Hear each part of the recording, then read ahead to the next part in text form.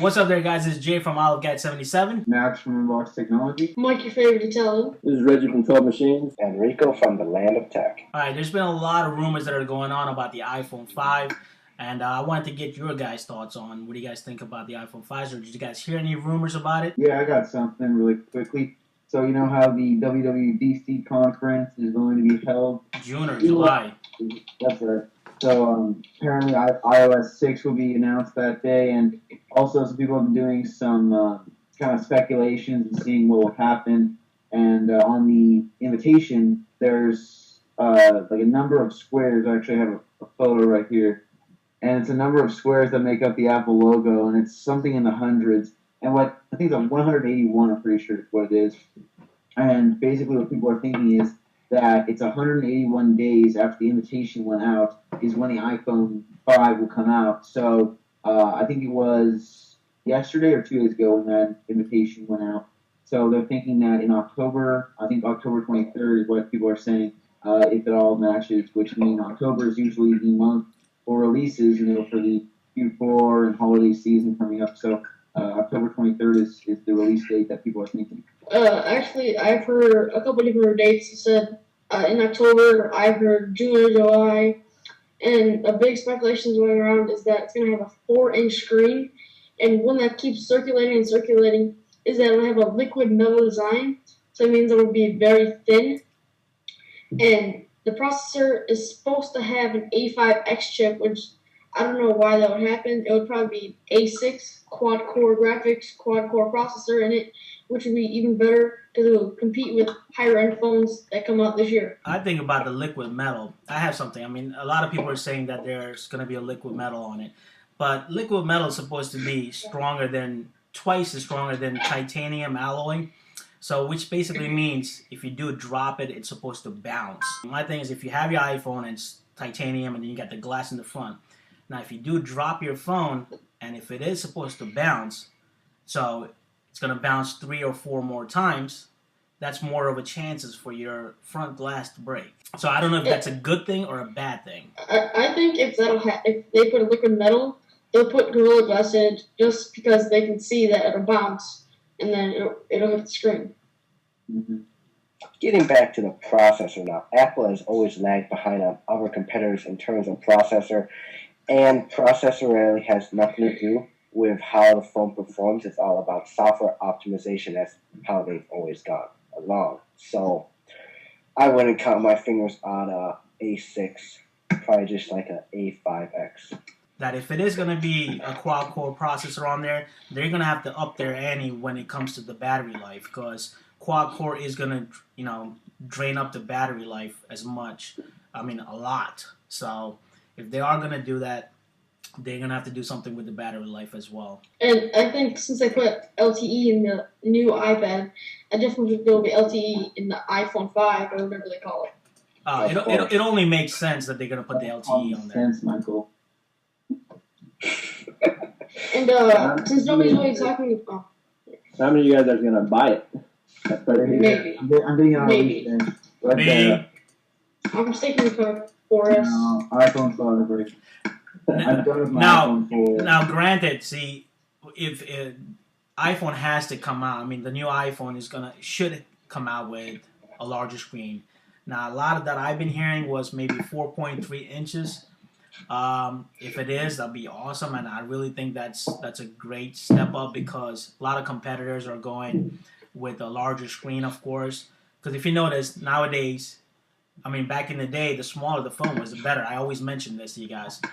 Back in the day, the smaller the phone was, the better, because the only thing you did was just talk on it.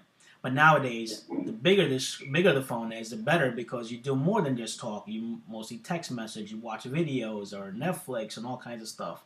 So bigger screen is important. So iPhone 5, if it does come, when it does come out, it definitely needs to be a larger screen. Yeah, they need to put the FaceTime HD camera in, not just the regular iSight camera. What do you guys think the back phone was going to be? How many megapixels do you think it's going to be? Oh, well, speaking of megapixels, I heard a speculation about a Nokia phone with 41 megapixels. That's not a speculation, it's true. And it's going to retail for around $200. I heard that there's an HTC phone coming out with 26 megapixels for for $600, but that's just one source. That's nothing The compared to megapixel game needs to end. Megapixels do not matter in terms of picture quality. What matters is the sensor and the lens. 14 megapixels and up, there are some situations where it would be more useful. Like for me, since I do like a lot of graphics design, with photos, I like want to get it bigger. However, it gets all pixelated and stuff, so it isn't always. You will need bigger megapixels in some cases, but to a certain extent, it's just crazy and unneeded. I do think that the iPhone will take over the point and shoot if it does have a good megapixel, a good sensor.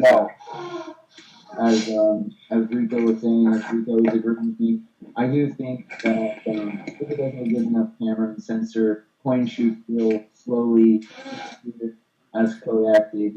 Kodak's filed bankruptcy, and they're in the point and shoot market. As I know, Rico agrees. I know. I see that Rico is disagreeing. Rico, you got something to say to that? For the casual photographer, yes, it will take over, but for the more focused photographer, not a chance. I mean, no way will an iPhone replace my Canon SX230HS. That is a point-and-shoot camera, and it has all the features to do whatever. You can't just do all that with an iPhone. And even if it did, even with the applications that do enhance the features, it's a touchscreen. Buttons are very useful. You want to switch modes, it's there. Take a picture, boom, boom. You could do a lot more with a physical camera. So if you are a more dedicated photographer, a phone cannot replace a camera no matter what. I'll give you that, Rico, but for the average consumer that doesn't... And I did say that. For the average consumer... Rico, calm down. All right? Calm down. Oh my god. Calm down. Try to calm down for a minute. Enough with the camera qualities. The liquid metal. Yeah, the SIM card slot is actual, the liquid metal that they used. So I think that kind of hints that the iPhone 5 will have some liquid metal. Now, do you guys think the design of it's going to change? Because I've seen some of the pictures. It looked more like an iPod Touch. Yeah, I could think use a design change. Like, I have my iPod Touch 2nd generation actually down here, and if you see it, it's actually pretty thin. It's not by today's standards, but it's thin for an MP3 player. And if they go to this design, I don't think it'll be comfortable in my hands because it feels like I can break it because it's too thin. Like with the iPhone 4S, it's like perfect for me because I can hold it perfectly. I don't feel like I'm going to drop it whatsoever. But I am getting a little bored with the design of the iPhone 4. For iPhone 4S. I'm ready for a change. The iPhone is way too thick. If it was like the thickness of the iPod Touch first generation, that would be perfect. Yeah, that would be. But it's not much thinner than an iPhone 4S. Think about how many parts the iPhone has in it. And look at how small the Droid Razr is. It is very, very thin, much thinner than the iPod Touch first generation. True, but look at the battery life. The biggest complaint on the Droids are the battery. Yeah. And again, it's also because it's running Android, and Android isn't the best battery friendly OS. And, but also, isn't it also 4G LTE, which will drain the battery life even more? Yeah.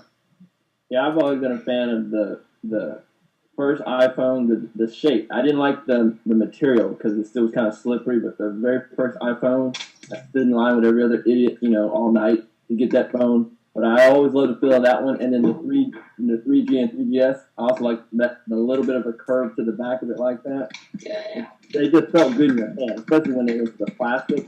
I mean, I didn't need a case. It always just felt really good in my hand. But, like somebody was just saying, I think the 4 and 4S is a little thick, in my opinion. But I don't know if Apple's going to, do anything drastic to it.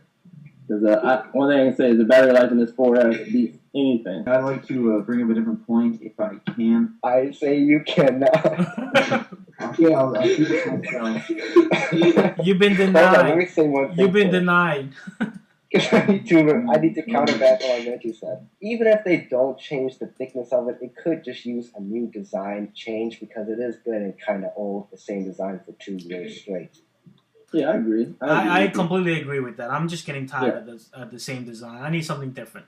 So if you guys like the show, please give it a thumbs up. Tell us in the comments below what you want us to talk about in the next discussion. And hope you enjoy the show. See you later, guys. And I will catch you guys on the flip side. Aloha. Whoa. Adios. All right, guys. Hopefully you guys like the show, and stay tuned for the next discussion. Peace.